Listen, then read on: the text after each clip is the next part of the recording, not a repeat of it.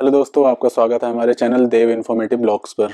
आशा करता हूँ आप लोग सब ठीक होंगे। तो आज के वीडियो का जो हमारा टॉपिक है वो ऐसा है कि जो फोटोग्राफी और वीडियोग्राफी दोनों के लिए बहुत ही ज़्यादा इम्पोर्टेंट है, और जो बिगिनर हैं, अभी किसी भी टाइप का काम करना चाहते हैं फोटोग्राफी और वीडियोग्राफी में, उनके लिए बहुत ज़्यादा इम्पोर्टेंट होने वाला है वीडियो। अगर जो एक्सपीरियंस्ड हैं और इस वीडियो को हमारे अगर लास्ट तक देखते हैं तो उनके लिए भी काफ़ी जानकारियाँ ऐसी निकल कर आएंगी कि जो उनकी वीडियोग्राफी और फोटोग्राफी को इम्प्रूव करने में बहुत ज़्यादा हेल्पफुल हो सकती हैं।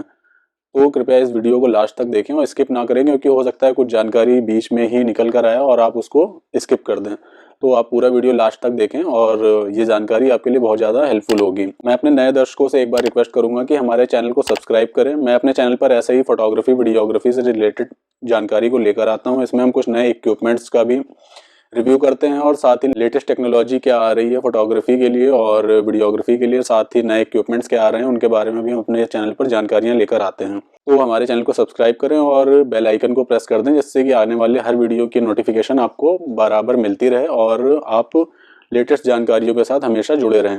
आइए आज के वीडियो को शुरू करते हैं। तो जैसा कि मैंने बताया कि आज हम बात करेंगे फोटोग्राफी या वीडियोग्राफी से रिलेटेड एक ऐसे इंपॉर्टेंट टॉपिक के बारे में जो कि आपके फोटोग्राफी और वीडियोग्राफी से बहुत ज़्यादा रिलेटेड है और उसको इम्प्रूव करने में आपकी मदद करेगी। ऐसा ही एक टॉपिक है अपर्चर। जैसा कि आपको पता होगा कि हमारे जो एक्सपोजर ट्रायंगल होते हैं फोटोग्राफी में, उन में से एक है अपर्चर। अपर्चर आपके लाइट के लिए बहुत ज़्यादा रिस्पॉन्सिबल होता है। दूसरा, जो हमारा जो बोके इफेक्ट आता है, हम जब कोई फोटो क्लिक करते हैं और बैकग्राउंड ब्लर करना चाहते हैं तो वहां पर भी अपर्चर बहुत ही ज़्यादा इंपॉर्टेंट रोल प्ले करता है।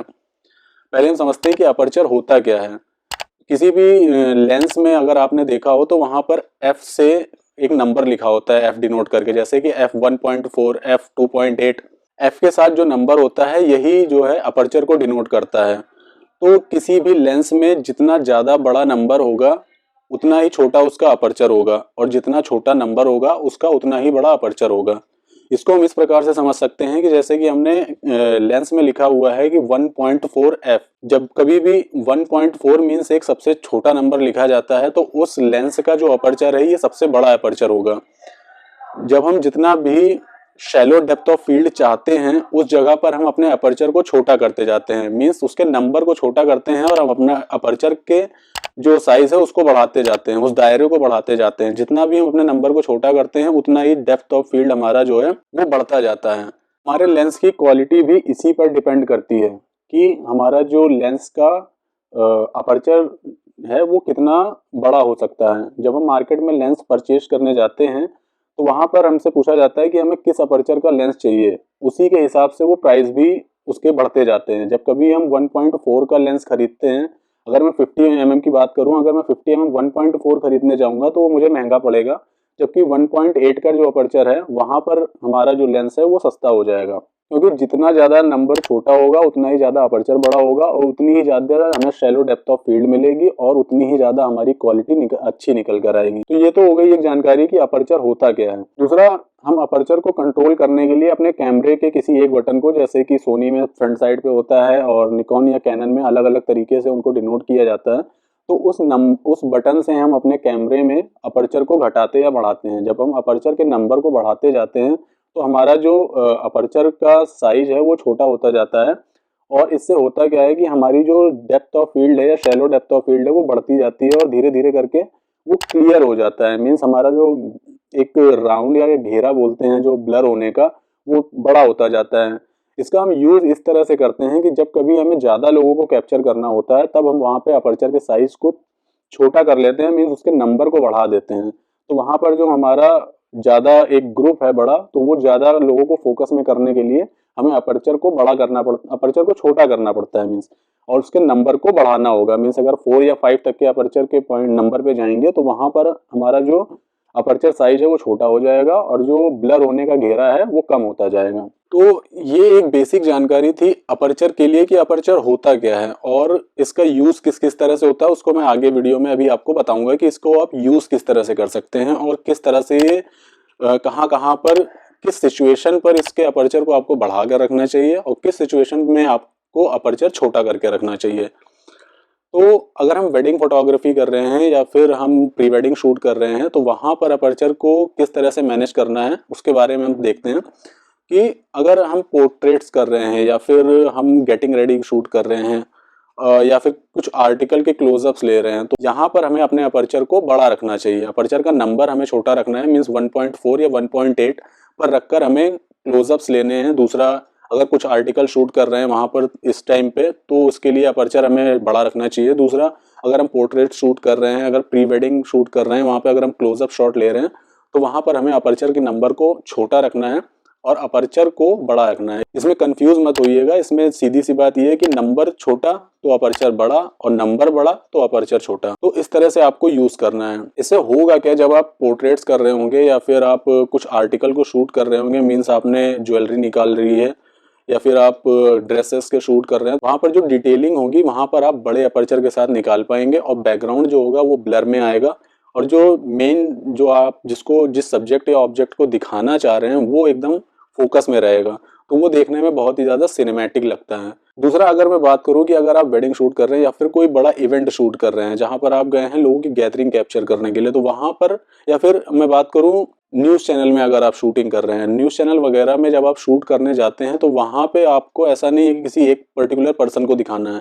वहां पे आप पूरे एक एनवायरनमेंट को दर्शाते हैं कि वहां पर चल क्या रहा है, आसपास में क्या गतिविधियां हो रही हैं, और उस जगह को आपको अगर दिखाना चाह रहे हैं तो वहां पे आप अपने अपर्चर को हमेशा वाइड रखेंगे। मीन्स 4, 5, 6, अगर जरूरत पड़े तो 7 तक भी जाइए, 6, 7 तक आप जा सकते हैं, बट 5, 6 में भी आप एक ओपन अपर्चर रख के लगभग 5, 7 या 10 लोगों तक का पूरा एक ग्रुप कैप्चर कर सकते हैं। दूसरा, जो आसपास की जो पूरी गतिविधि चल रही है उसको आप पूरी तरह से दिखा पाएंगे।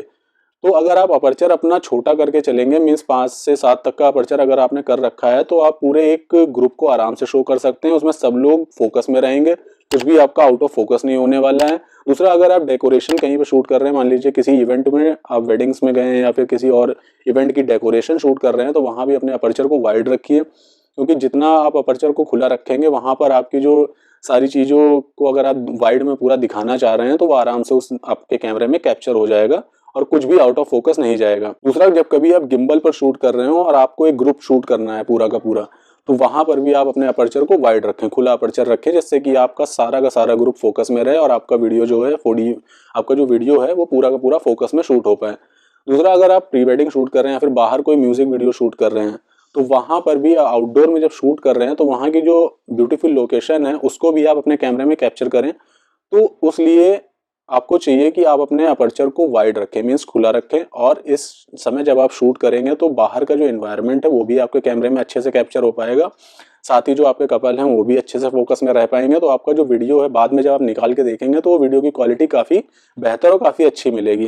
अगर आउटडोर में शूट करते हुए भी आपने अपने अपर्चर को बड़ा कर लिया और आपने अपने ऑब्जेक्ट या फिर अपने कपल्स को तो फोकस में कर दिया, बाकी चीज़ डिफोकस कर दी, तो बाहर आपके शूट करने का कोई भी मतलब नहीं रह गया। मीन्स बाहर की जो खूबसूरती थी वो आपके कैमरे में कैप्चर नहीं हो पाएगी। फिर वो जो बाहर जाके आपका शूट करने का जो एक अच्छा एनवायरनमेंट आप निकालना चाहते थे वो दिखेगा ही नहीं कभी भी किसी को। तो उससे अच्छा है कि जब आप बाहर शूट कर रहे हो तो वाइड शूट भी करें और दूसरा अपने अपर्चर को भी खुला रखें। दूसरा, जैसे कि मैंने बताया कि अपर्चर लाइटिंग के लिए भी काफ़ी ज़्यादा रिस्पॉन्सिबल होता है। हमारा जो एक्सपोजर ट्रायंगल है उसमें भी अपर्चर का एक बहुत ही बड़ा रोल है। तो कभी कभी होता क्या है कि अगर आप लो लाइट में शूट कर रहे हैं और वहाँ पर आपकी लाइट वगैरह मीन्स ख़त्म हो गई या फिर है नहीं आपके पास लाइट का कोई अभी ज़रिया, तो वहाँ पर अगर आपका लेंस बड़े अपर्चर का है, मीन्स ज़्यादा नंबर तक सपोर्ट करता है, मीन्स 1.4 तक या 1.8 तक जाता है, तो आप अपना जो अपर्चर है वो पूरा खोल लें, जिससे कि होगा क्या कि लो लाइट में आपको शूट करते वक्त एक अच्छी लाइट मिल पाएगी। उस समय सिचुएशन जो भी हो, आपको अगर ग्रुप कैप्चर करना है या फिर कुछ क्लोजअप लेना है, वाइड लेना है, जैसे भी करना है वो आप उस समय के सिचुएशन के हिसाब से अपने अपर्चर को बड़ा करके अपना काम निकाल सकते हैं। बट ये एक कंडीशनल वर्क है, ये हमेशा आप इसको नहीं यूज कर सकते, क्योंकि जैसा कि मैंने शुरुआत में ये पूरी चीजें बताई कि आप शूट क्या करना चाहते हैं। आप ग्रुप शूट करना चाहते हैं, सिंगल शूट करना चाहते हैं, पोर्ट्रेट करना चाहते हैं, या क्लोजअप शूट करना चाहते हैं, वाइड शूट करना चाहते हैं, उसके हिसाब से मैंने आपको पूरी चीजें बता दी हैं कि आपको किस तरह से अपर्चर को यूज करना चाहिए। ये एक सिचुएशनल बात है कि अगर आप कभी लो लाइट में फंस गए हैं और आपके पास लाइट का ऑप्शन नहीं है, तो वहां पर आप अपने अपर्चर को बड़ा करके और वहां पर अपनी थोड़ा सा लाइट को बढ़ाकर अपना काम निकाल सकते हैं।